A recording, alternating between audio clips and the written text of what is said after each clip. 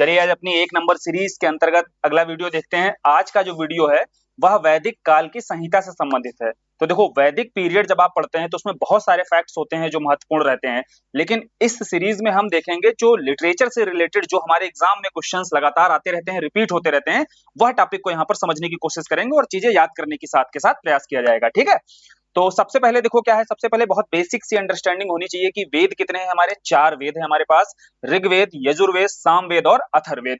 वैसे तो देखो एक प्रश्न बनाया जाता है कि वेदात्रयी क्या, वेदात्रयी किसे बोला जाता है। ठीक है, तो देखो 4 वेद तो है हमारे पास, लेकिन शुरुआती दौर में वेदात्रयी के अंतर्गत मात्र हमारे 3 वेद आते थे। कौन कौन से वेद थे? ऋग्वेद था जो सबसे प्राचीनतम वेद है, फिर सामवेद हमारा और यजुर्वेद। ठीक है, पहले बिल्कुल बेसिक समझ लेते हैं कि वेदात्रयी क्या है। त्रयी का मतलब ही 3 है, तो 3 कौन से वेद इसमें शामिल होते थे, यह प्रश्न बनाया जाता है। और इसमें कौन सा वेद नहीं शामिल होता है? अथर्ववेद नहीं शामिल होता है। फिर उसके बाद में याज्ञवल्क्य स्मृति के माध्यम से जब बताया गया कि अथर्ववेद भी चौथा वेद है, इसको शामिल करना चाहिए, तो उसके बाद से 4 वेदों के रूप में अथर्ववेद को भी शामिल किया जाने लगा। ठीक है, तो वेदात्रयी में प्रश्न आता है कि कौन सा वेद शामिल नहीं होता है इसमें, या कौन से 3 वेद आते हैं यहाँ पर।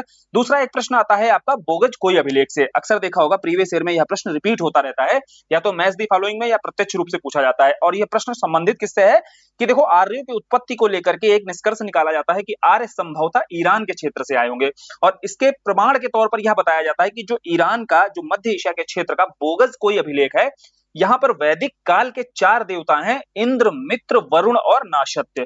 तो इन 4 देवताओं का वहां पर उल्लेख मिलता है, जिससे यह एक निष्कर्ष निकाला जा सकता है कि संभवतः अगर यहाँ के देवताओं के बारे में वहां जाना जा रहा है, लिखा जा रहा है वहां के अभिलेख में, और वो अभिलेख कौन सा है? बोगज कोई अभिलेख, तो श्योर बात है कि हो सकता है आर्य जो है ईरान के क्षेत्र से आए हुए होंगे। ठीक है, तो यह प्रश्न देखो बोगज कोई अभिलेख से बनता है। और वेदात्रयी से एक प्रश्न बनाया जाता है, यहाँ पर हमने देखा। अब देखते हैं 4 जो वेद हैं, उन वेदों के ब्राह्मण को लेकर के सबसे ज्यादा प्रश्न कहां से, एक तो ब्राह्मण और उपनिषदों को लेकर के प्रश्न पूछा जाता है। ठीक है, समझते हैं भाई। यहाँ पर पहले वेद देखते हैं, 4 वेद हैं और उनके पुरोहितों को लेकर भी प्रश्न आता है। जैसे ऋग्वेद के पुरोहित होत्र हैं, सामवेद के उद्गाता हैं। अब सामवेद किससे संबंधित है? गायन से, तो गाता से उद्गाता याद रहेगा। ऋग्वेद होत्री है, ठीक है, री, और वहां भी री की नीचे देखिए पाई लगी हुई है होत्री के, तो होत्री और ऋग्वेद याद रहता है। यजुर्वेद के अधर्यु हैं, ठीक है, और अथर्ववेद के जो है हमारे ब्रह्म है। ठीक, तो ये इनके पुरोहित हैं जिनके पास अधिकार होता था, जैसे मंत्रोच्चारण वगैरह करने का अधिकार जिस पुरोहित के पास होता था उसे होत्री बोला जाता था। क्लियर? तो ये हो गए 4 वेद। अब 4 वेदों के ब्राह्मण देखो, ऋग्वेद इनकी भाषा क्या है? संस्कृत है, और इनको अच्छे से बेहतर ढंग से समझने के लिए ब्राह्मणों की रचना की गई। अब ब्राह्मण करके प्रश्न क्या पूछा जाता है? ब्राह्मण पूछा जाता है जैसे ऋग्वेद के कौन से ब्राह्मण है, सामवेद के कौन से ब्राह्मण है, यजुर्वेद के कौन से ब्राह्मण है, और अथर्ववेद का कौन सा ब्राह्मण है। ये प्रश्न एग्जाम में आता है। तो आसान कैसे याद करना, देखो सबसे पहला वेद कौन सा है? बोले ऋग्वेद है। तो 1 नंबर का वेद कौन सा है? ऋग्वेद है। तो यहां पर हमने लिखा 1, और 1 से याद हुआ ए से हमारा हो गया ऐत्रेय, और का से याद हुआ कौस्तकी। ठीक है, कौस्तकी जो है दूसरा है ब्राह्मण, और पहला ऐत्रेय है। तो 2 ब्राह्मण किसके हो गए? ये ऋग्वेद के हो गए। और ऋग्वेद 1 नंबर का हमारा वेद है, सबसे प्राचीनतम वेद है। तो 1 नंबर से दोनों ये निमानिक हो गया हमारे पास, ए से ऐत्रेय और का से कौस्तकी, क्योंकि ऐत्रेय और तैत्रेय में कंफ्यूजन करता है। यहां देखो तैत्रेय, तैत्रेय किसका है? तैत्रेय यजुर्वेद का है। ठीक है, यजुर्वेद जो युद्ध वगैरह से संबंधित है हमारा ये वेद। तो अब यजुर्वेद में या कर्मकांड संबंधी जो भी प्रावधान है वो सारे कहां पर हैं? तैत्रेय में आपके बताए गए हैं। अब देखो तैत्रेय जो है किसका ब्राह्मण है? यजुर्वेद का। शतपथ किसका है? यजुर्वेद का। देखो युद्ध वगैरह करते समय आप क्या होता है, युद्ध वगैरह करते समय आप तैश में रहते हो कि नहीं रहते हो? तो यहां पर देखो तैश लिखा, और तय से तैत्रेय हो गया, और शाह से शतपथ हो गया। ठीक है, तो 2 ब्राह्मण ये जरूरी थे जहां कंफ्यूजन था। जैसे ऐत्रेय और तैत्रेय में सबसे ज्यादा कंफ्यूजन होता है, तो ऐत्रेय कभी नहीं बोलोगे कि ऐत्रेय जो है 1 से याद किया था हमने, और ऐत्रेय किसका? ऋग्वेद का ब्राह्मण है। फिर सामवेद के तांडे और जैमिनी है, और अथर्ववेद का एक ब्राह्मण है हमारा गोपथ। ठीक है, तो ये देखो जो जहां कंफ्यूजन था वहां निमोनिक के माध्यम से चीजें याद कर लेंगे। तो वेद क्लियर हुआ, वेदों से संबंधित जो ब्राह्मणों की रचना हुई और कौन किसका ब्राह्मण है ये क्लियर हुआ, क्योंकि कंफ्यूजन कहां करता है? कंफ्यूजन यही क्रिएट करता है, कौन किसका ब्राह्मण है। फिर देखो शतपथ से यहीं पर देख लेते हैं, प्रश्न बनाया जाता है कि ऋग्वेद के बाद सबसे देखो महत्वपूर्ण कौन सा वेद है? ऋग्वेद है, सबसे ज्यादा महत्व जो रखता है वैदिक पीरियड में। लेकिन ऋग्वेद के बाद अगर पूछा जाए दूसरा सबसे महत्व कौन रखता है, तो वह है शतपथ। सबसे ज्यादा महत्व किसको दिया जाता है? इस शतपथ ब्राह्मण को। बोले क्यों दिया जाता है? देखो शतपथ ब्राह्मण में सामान्यता क्या होता है, समय के साथ में जो महिलाओं की, स्त्रियों की दशा जो है वो खराब होती जा रही थी, लेकिन शतपथ ब्राह्मण ऐसा है जहां पर स्त्रियों को पुरुषों की अर्धांगिनी यानी कि आधा बराबर का दर्जा पुरुषों के दिया गया है। इसलिए भी कह सकते हैं कि शुरुआती दौर में जैसे ऋग्वेद में कोई कर्म कांड या किसी तरीके का भेदभाव समाज में नहीं देखने को मिलता है, उसी तरीके से आगे शतपथ ब्राह्मण में जो उल्लेख किया गया है वह भी तुलनात्मक रूप से कहीं ना कहीं ऋग्वेद के नजदीक पाया जाता है। इसलिए ऋग्वेद के बाद अगर सबसे ज्यादा महत्व है वैदिक संहिता में तो किसका है? शतपथ ब्राह्मण का है। ठीक है, क्लियर हुआ, ये समझ में आ गया। अब अरण्यक यहाँ दिए हुए हैं तो ये कोई खास इंपॉर्टेंट है नहीं, यहाँ से पूछा नहीं जाता। उपनिषदों से उसके बाद सबसे ज्यादा प्रश्न आता है। ठीक है, उपनिषदों में जैसे यहाँ पर देखो ऐत्रेय और कौशिकी सेम ही रहेगा। उपनिषद पता है जो मोक्ष पर कार्य करते थे, जो कर्मकांड से हटकर ज्ञान पर आधारित थे, तो वह उपनिषदों की रचना की गई। अब उपनिषदों में वैसे तो 108 उपनिषद है हमारे पास, ठीक है, लेकिन 108 उपनिषद याद करना तो आसान काम है नहीं। तो प्रीवियस ईयर में जहां से प्रश्न बनाए गए वही उपनिषद किस वेद से संबंधित है, या तो उपनिषद पूछा जाता है या फिर पूछा जाता है किसमें, यह किस उपनिषद में ऐसा उल्लेख किया गया है। ठीक है, तो जैसे सबसे पहले यहाँ पर दिया हुआ छांदोग्य उपनिषद। ठीक है, अब देखो छांदोग्य उपनिषद से हमारे पास क्या प्रश्न बनता है?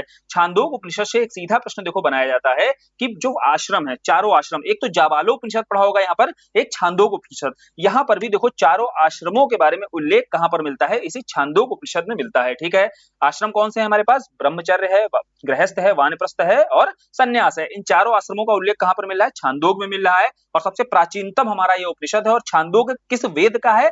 तो ये साम वेद का उपनिषद है, यह भी ध्यान रखना है। ठीक, अब आते हैं यजुर्वेद। तो यजुर्वेद में एक तो है बृहदारण्य। ठीक है, बृहदारण्य से एक प्रश्न जो आता है, जैसे अहम ब्रह्मास्मि सुना होगा ना, मैं ही ब्रह्म हूं, तो अहम ब्रह्मास्मि जो वाक्य है या ये रचना है, ये कहां पर, किस उपनिषद में इसका उल्लेख किया गया है? तो अहम ब्रह्मास्मि का उल्लेख जो है बृहदारण्य उपनिषद में किया गया है। क्लियर, तो ये एग्जाम में क्वेश्चन आया हुआ है, ये ध्यान रखना है। फिर कठोपनिषद से बहुत आसान है। कठोपनिषद में यम नचिकेता संवाद क्या पूछा जाता है यहाँ से? और बृहदारण्य और कठो ये दोनों किसके हैं? यजुर्वेद के हैं। बृहदारण्य और कठोपनिषद ये दोनों याद रखना है, यजुर्वेद के हैं ये उपनिषद। और यजुर्वेद के ब्राह्मण कौन से हैं? तैश याद रखना है, तैत्रेय और शतपथ। ठीक, याद हुआ। अब देखो बृहदारण्य में अहम ब्रह्मास्मि जैसे जो शब्द है या रचना है इसका उल्लेख मिलता है। कठोपनिषद में यम नचिकेता संवाद, नचिकेत के द्वारा ये यम से प्रश्न पूछे जाते हैं, मृत्यु को लेकर के, जन्म को लेकर के। तो वहां बताया जाता है कि आत्मा जो है देखो अमर है, ना इसका मृत्यु होता है ना इसका जन्म होता है। ऐसे कई सारे सवाल रहते हैं जो नचिकेत के द्वारा यमराज से किए जाते हैं। वही यम नचिकेत जो संवाद है इसका उल्लेख कहां पर मिलता है? कठोपनिषद में मिलता है। फिर देखो मुंडकोपनिषद है, बहुत ज्यादा पूछा जाता है एग्जाम में कि मुंडकोपनिषद, एक तो ये किस वेद का है उपनिषद? अथर्ववेद का है। अब मुंडकोपनिषद में जो चर्चा की गई है, देखो एक तो सत्यमेव जयते, तो सत्यमेव जयते कहां से उठाया गया है? बहुत आसान है, याद होगा सबको। तो सत्यमेव जयते मुंडकोपनिषद से। दूसरा एक मुंडकोपनिषद से प्रश्न आता है कि यज्ञ की तुलना टूटी हुई नाव के साथ किससे की जाती है? ठीक है, यज्ञ की तुलना जो है वो टूटी हुई नाव, यानी कि यज्ञ एक कर्मकांड के रूप में दिखाया गया है। और ये कहां पर? अथर्ववेद के मुंडकोपनिषद में यह बात बताई गई है। तो ये दोनों प्रश्न आते हैं। एक तो सत्यमेव जयते को लेकर के प्रश्न अपने एग्जाम में आता है, खूब घुमा फिरा कर रिपीट करता है। दूसरा, किस उपनिषद में यज्ञ की तुलना टूटी हुई नाव से की गई है? तो वह मुंडकोपनिषद है।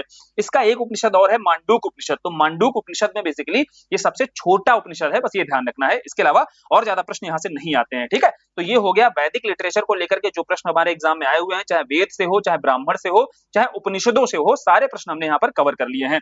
अब बात आती है यहाँ पर, देखो आपको और बताना है कि जो ये बृहदारण्य उपनिषद है, एक तो अहम ब्रह्मास्मि को लेकर के बताया गया, दूसरा ये बताना है कि बृहदारण्य उपनिषद में और क्या है जो महत्वपूर्ण है, जो हमारे एग्जाम में जहां से प्रश्न बनाया गया है, ये सभी को कमेंट सेक्शन में यहाँ पर बताना है आपको। ठीक है, दूसरा एक चीज और बतानी है यहाँ पर कि वैदिक लिटरेचर से संबंधित और कोई प्रश्न क्या रह जाता है जहां से अपने एग्जाम में क्वेश्चंस पूछे जाते हैं। वैसे संभवतः देखा गया है कि प्रीवियस ईयर क्वेश्चंस अगर आप देखोगे उठा करके तो ज्यादातर प्रश्न यहीं से आ जाएंगे, वैदिक लिटरेचर के अंतर्गत जो भी पूछे जाते हैं। ठीक, तो चलो फिर इस वीडियो को खत्म करते हैं, और जो भी जैसा भी फीडबैक रहा करे, जो समझ में आया करे जितना, उस हिसाब से आप लोग फीडबैक दिया करो, ताकि आगे इस सीरीज को कंटिन्यू रखा जाए। धन्यवाद।